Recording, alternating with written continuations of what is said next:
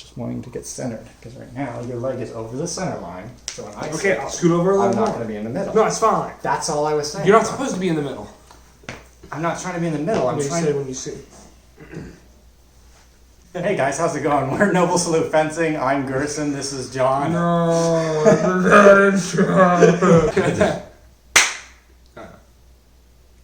hey guys, this is Noble Salute. No. Hey guys, this is Noble Salute Fencing. I was smiling like an idiot. Hey guys, this is Noble Salute Fencing. I'm Gerson. No, we thought about it. Ready? 3, 2. Okay, he's already there. Hey guys, this is Noble Salute Fencing. I'm Gerson. And I'm John. And this is a video about our experience with HEMA. Now, I'd like to start out with a disclaimer of HEMA is a full contact, dangerous martial art. I wouldn't say dangerous. I'd say potentially dangerous. Yeah, I would say potentially dangerous. It's a potentially dangerous sport. Should I say martial art or sport? I'd say martial art. It's martial art, and with anything like this, there's always a chance for injuries, so do anything that we talk about here at your own risk. So to start off, That's fine. That sounds natural. That's what you would say. Yeah. To start off, as far as safety goes, the biggest concern is always a helmet. When we started out, we both had this helmet over here. It's an Absolute Force HEMA helmet. You can get them from Purple Heart Armory for like $60. I mean, we've never had trouble with them, so I don't personally recommend anything better. I only recently got this one because we started instructing our own club, and I wanted people to be able to hit me without me losing any hearing from constantly being hit in the side of the face. So it's a good amount of padding. It's a little teacher. This one and the other one have the exact same statistics and everything. Yeah. This one's just got a little extra padding on the sides and the top. Not on the back, you still have to get that yourself. So I wouldn't consider this a replacement for a Longsword helmet, but... Yeah, and a lot of helmets, well actually all the helmets, you can buy a secondary overlay, a cowl or an overlay that goes along the back to protect the back of the head. Next subject, when we started out, we actually used PVC, and this is before we knew what HEMA even was. Yeah, we just knew that we wanted to sword fight because it sounded like a good idea. I think we were at work one day and we were just like, hey, you want to like use PVC and make swords and fight with it? And we did it. So the original design was we just took like regular PVC. Start the camera? I don't know. Okay, yes I did. The original design, we just took regular PVC with like the dividers and made like roll-ons and stuff, and it worked okay. But the problem is that the dividers are super brittle, so they shattered super easily. While this is a little bit tougher, I think it's because it can flex, so it can take a little bit more abuse. And over time, we just kind of made it into as close to a sparring weapon as we possibly could. But even then, they're still super susceptible to exploding. I can't tell you how many of these we've exploded, but that's what we did. I don't recommend doing that. Just wanted to throw it out there, how we started out. So after the PVC, we moved on to what is probably a better option for a beginner with no money at all. And that's buying wooden dowels. If you do that, make sure you get thick enough ones that they won't shatter, because when those things shatter, they tend to be kind of sharp. The only downside to that is it doesn't have any hand protection, but as far as like cutting and thrusting goes, you don't really risk any sort of injury to your sparring partner in that way of fighting. And it's a good way to start out and learn the cuts and maneuvers. Just have something in your hand to hold while you practice. Getting good at moulinettes and whatnot before paying for more expensive gear. After that, we eventually actually moved on to these Purple Heart Armoury synthetics that are not designed for sparring, by the way. I thought they were whenever I got them because it says, you know, this is a Falschion Trainer. And to me, trainer sounds like training as in fighting. And what it's really supposed to be for is cutting and like practicing in that sense and like doing the techniques with something that has similar weight and similar shape. But these are not for sparring with. And we've had plenty of close calls with these. They're way too heavy. And this one, we actually shaved down the back of it and shortened it a little bit because it was too heavy, and it's still heavy enough it can break a bone when you swing it. It's like swinging a bat. Just because I like showing it, I also got the axe trainer because I'm a Viking buff and I like axes. And this is even more lethal than those because all the weight is in the tip. So it's just a murder weapon. We don't recommend these to fight with. They have ones that are for fighting, and these are not it. Another option, if you're on a budget, something we did is we started with wooden longswords and started with cheap lacrosse gloves to protect our hands. There's ups and downs. Yeah. This one right here was actually what we started out with in the very, very beginning when we finally found a teacher.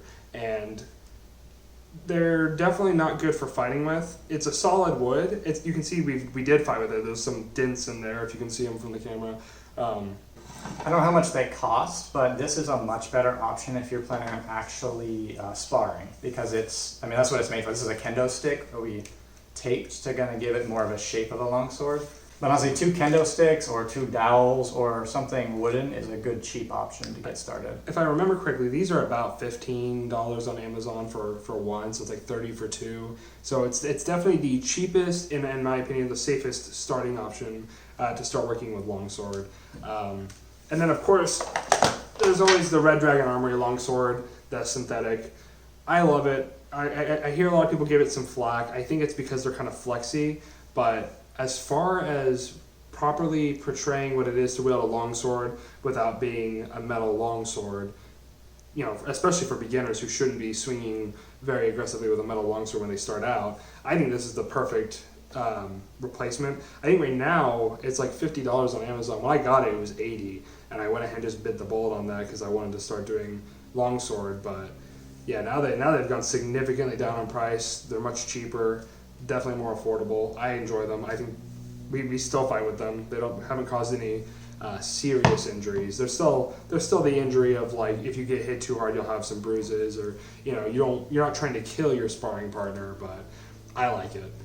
So something like a kendo stick or a wooden dowel if you're on a serious budget, and then if you can, shell out for the real HEMA grade longsword. The last, and obviously what we would consider the final step to take as far as doing this safely or working at your own pace and budget and so forth and so on. You always have steel. This is a steel Hanwei Hutton Sabre. I think they sell for about $120 on Amazon right now. I personally love it. I actually think we've had less injuries, and it could just be because of experience, but we've had less injuries since working with steel than any of the other options, just because I think something in the brain clicks and goes, oh, this is a steel weapon, I'm going to be a lot less buffalo-y with it. Plus they're lighter. The blade's lighter. This still flexes. I don't want to break it. I don't want it to snap, but this will still flex a lot when you're using it. And hand protection. It's got the big guard. I still would suggest using gloves like these. Yeah, these gloves have, these are, I can't remember the name for them. They're single stick gloves that you can get on Purple Heart. They might sell them on Amazon, I'm not sure. They got solid, like, knuckle covers. All the fingers have a little bit of padding. It's only on the top, so if you get hit in the side of the hand, it still kind of hurts. It's definitely good protection as far as hand protection goes. Mm-hmm. But my hand has been mostly safe in this thing. I think I've only been hit in the hand once, and it's because I did a thing I shouldn't have been doing with the Sabre. So I personally think Sabre, as far as the metal sabers go, we just had the best experience with. We've had no damages. The hand protection is the best part of it. You never have to worry about getting hit in the hand unless you're doing something really dumb. These little things, if you're not wearing proper protection, will cause scratches if you're not careful. The tip, it's pretty rounded. I don't know if you can see it well on there, but it's still pointy enough that you need to be careful. But on one of the past videos, I basically ran Gerson in with the tip of it, and he had like a small little scratch on his tummy or his ribs. It's not that bad. Yeah. And like I said, they flex, so when you stab into something, they're going to give more. I mean, that did nothing. So you'll have to be trying to kill somebody, most likely to kill somebody with this. Again, that being said, use whatever protection you feel most comfortable with. We fence, whenever we do metal especially, we use a helmet, gloves, usually, and almost always leg guard. Yeah. Because I like to go for legs. As you can see, Gerson is much taller than I am, so his legs are closer to me than his head is, and shins are very fragile things. These are red Dragon Armoury shin guards. I love them. I think Gerson loves them more. Yeah. But they flex, like they have a little knee centerpiece, so whenever you bend your knee, it goes with your knee. It's actually really awesome They're a little pricey. It took us a while to get them because they run about $82 on Amazon for a set. We paid $82 and just each were one on our lead foot. For now. Yeah, for now. We do a longsword, so we're trying to get one for the other foot, but for Sabre, all you really need it on is your lead foot. Hey guys, thank you so much for watching. Let us know if there's anything else you want to hear us talk about in the comments below. And as always, we'll see you next time. You gonna do a cut there? Yep. Yeah, that's fine.